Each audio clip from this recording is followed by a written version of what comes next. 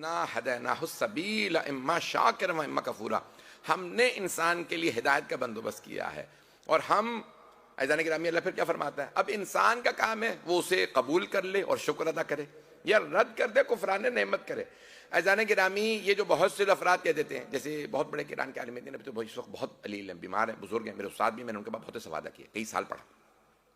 وہ کہتے ہیں میں خود مدینہ منورہ میں مولا امام حسن علیہ السلام ائمہ اربعہ چار ہمارے جو ائم ہیں، چار دوسرے امام، چوتھے امام، پانچویں، چھٹے امام کا جنت البقیع میں زیارت پہ کھڑا تھا. اب زیارت پڑھ رہا ہوں تو اتنے متوع آ گیا، بھئی زیارت بدعت ہے. تو انہوں نے کہا تو کیا کروں، تیرے نزدیک بدعت ہے، میں پڑھ رہا ہوں. کہیں گے نہیں میں زیارت نہیں پڑھنے دوں گا. کہیں گے کیوں، زبردستی کیوں ہے، تم اپنا کام کرو میں اپنا کام کر رہا ہوں. کہیں گے نہیں تم یہاں پہ لوگوں کو وہ تبلیغ کر رہے ہو. میں کیا تبلیغ کر رہا ہوں، میں تو بس زیارت پڑھ رہا ہوں، لوگ آ کے سن رہے ہیں تو ان کا کام ہے، دوسروں لوگوں کو روکے نہیں سنے، میں تو اپنی زیارت پڑھ رہا ہوں.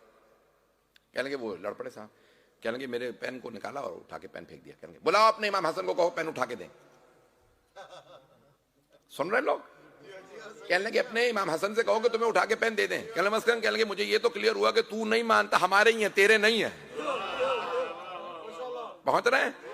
کہنے لگے بلاؤ اپنے امام حسن کو، کہو کہ تمہیں پین اٹھا کے دے دیں. کہنے لگے اگر تیری دلیل کو مان لوں نا، تیری لاجک کو، تیری ریزننگ کو مان لوں، تیرے فلسفے منطق کو مان لوں، تو ذرا کہ اللہ قلم اٹھا کے دے دے. پتہ نہیں لوگ ہیں یا نہیں ہیں.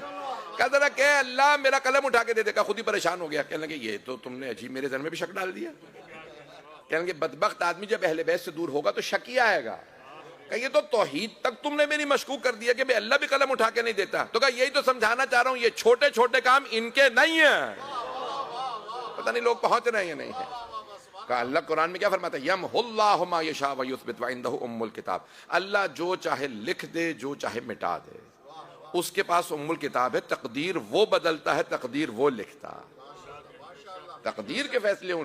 تو یعنی کہ انسان ایسا نہ کرے کہ کہیں چھوٹے موٹے فیصلوں کے لیے وہ اللہ سے لڑنے لگے، یا مثال کے طور پہ ہم لوگ پریشان ہو جائیں اور معصومین علیہ السلام سے. میرے جملے پہنچ رہے ہیں یا نہیں پہنچ رہے ہیں؟ تو یعنی کہ اس پہ غور کیجیے گا. کئی افراد اپنی چھوٹی چھوٹی باتوں کے اوپر، میں پتہ نہیں اب میں یہ جملے کہنے چاہیں گے، کسی بہرحال کسی بزرگ خاتون کا وہ اعتراض، کہنے مولانا میں تو شیعہ بھی ہوں اور سیدزادی بھی ہوں، 6 سال سے منت اٹھائی جا رہی ہوں، پوری نہیں ہو رہی. جتنے بھی پورے محلے کی سنی عورتیں آتی ہیں سب کی محلہ پہلے مہینے میں منت.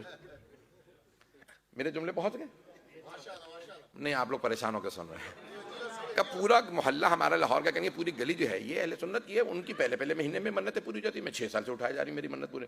تو میں نے ایک جملہ ان سے کہا، میں نے کہا دیکھیں بی بی برا نہ منائیے گا، وہ آزمائش کے لیے آتے ہیں کہ آیا حسین منت پوری کر سکتے ہیں یا نہیں. مولا کہتے پہلے مہینے میں لے لے. آپ اپنی ہیں، آپ انکار نہیں کریں گی، جائیں گی تو جائیں گی کہاں؟ آپ اہل بیت کی کبھی انکار منکر نہیں بنیں گی.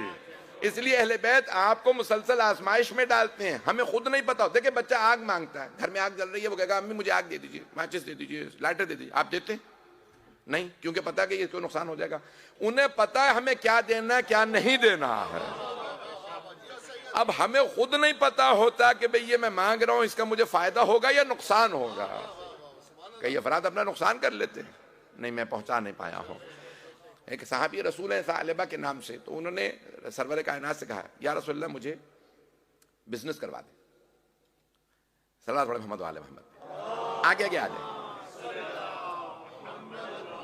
تھوڑا تھوڑا زحمت کریں، آگے آ جائیں.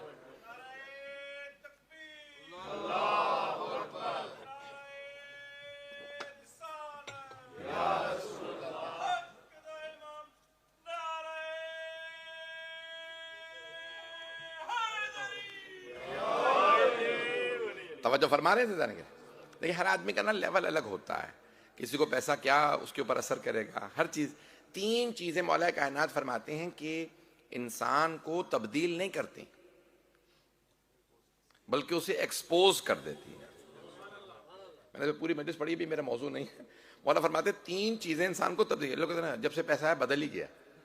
نہیں، بدلتا نہیں ہے، ایکسپوز ہو جاتا ہے، اس کا اندر باہر آ جاتا ہے. 3 چیزیں. پہلا دولت، پیسہ. دوسرا شہرت. تیسرا منصب، کرسی. کرسی آتی، بہت سے لوگ ایکسپوز ہو جاتے ہیں بھی اس کا اندر کیا کچھ تھا. پتہ نہیں لوگ ہیں یا نہیں. کرسی ملنے کے اوپر بہت سے لوگ ایکسپوز. شہرت ملنے پہ بہت سے لوگ اسی طرح سے دولت ملنے پہ بہت سے لوگ ایکسپوز ہو جاتے ہیں. انسان کا پتہ چلتا ہے کہ جب یہ سب چیزیں آ جائیں اور سب کچھ آ جائے پھر بھی کوئی نہ بدلے, ایسا ہی آدمی بندہ خدا ہوتا ہے, یہ حقیقتاً مومن ہے. تو جانے گرامی اب وہ پیغمبر اسلام نے ان کو دیکھا, وہ آتے تھے رسول خدا جیسے ہی آتے تو پہلے ثعلبہ السلام علیکم, یا ثعلبہ نام لے کے سلام کرتے, پہلے انہیں سلام کرتے. جب بھی کوئی صدقہ لے کے آتا یا رسول اللہ صدقہ لے کے آؤں گا, ثعلبہ کو پہلے کھلا دو کھانا. صحابہ پہ صدقہ جائز.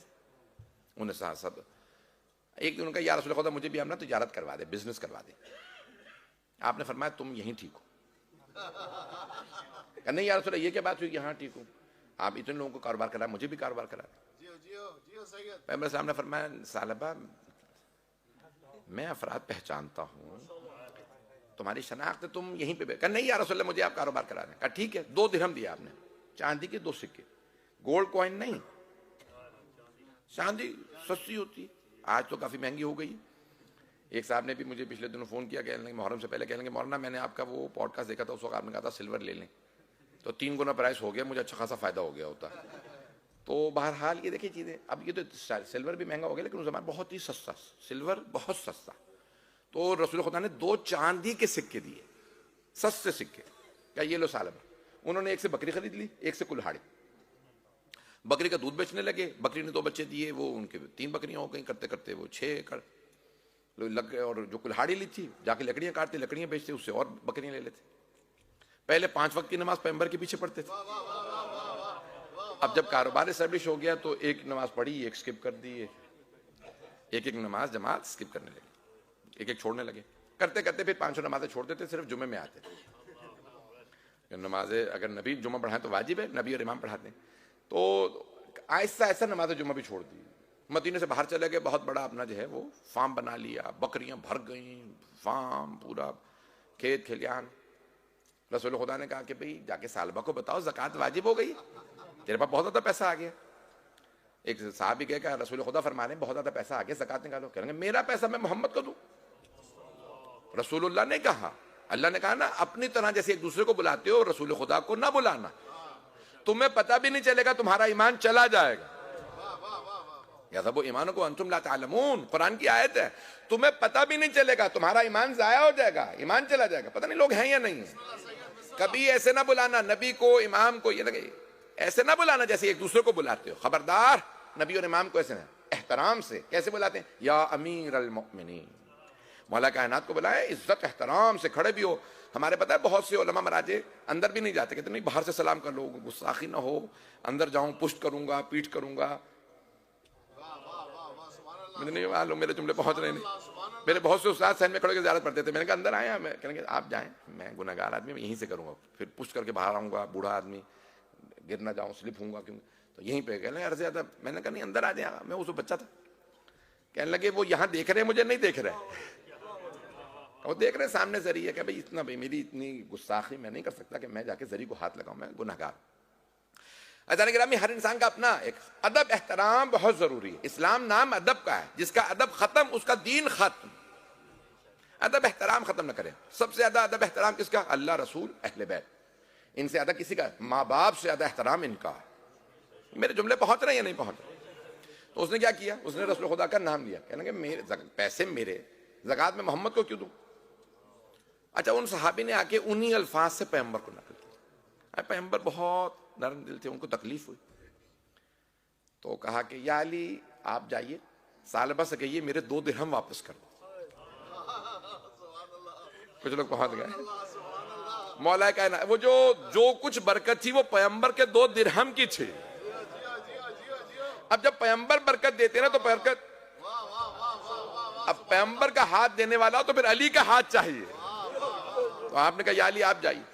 آئے مولا کائنات, کہا کہ ثعلبہ 2 درہم پیغمبر کے واپس کر کے. اب تو میرے پاس بڑا مال آ گیا, 2 درہم کیا, یعنی ابھی بھی اکڑ رہا ہے, تکبر سے نشہ نہیں اتر رہا دولت کا.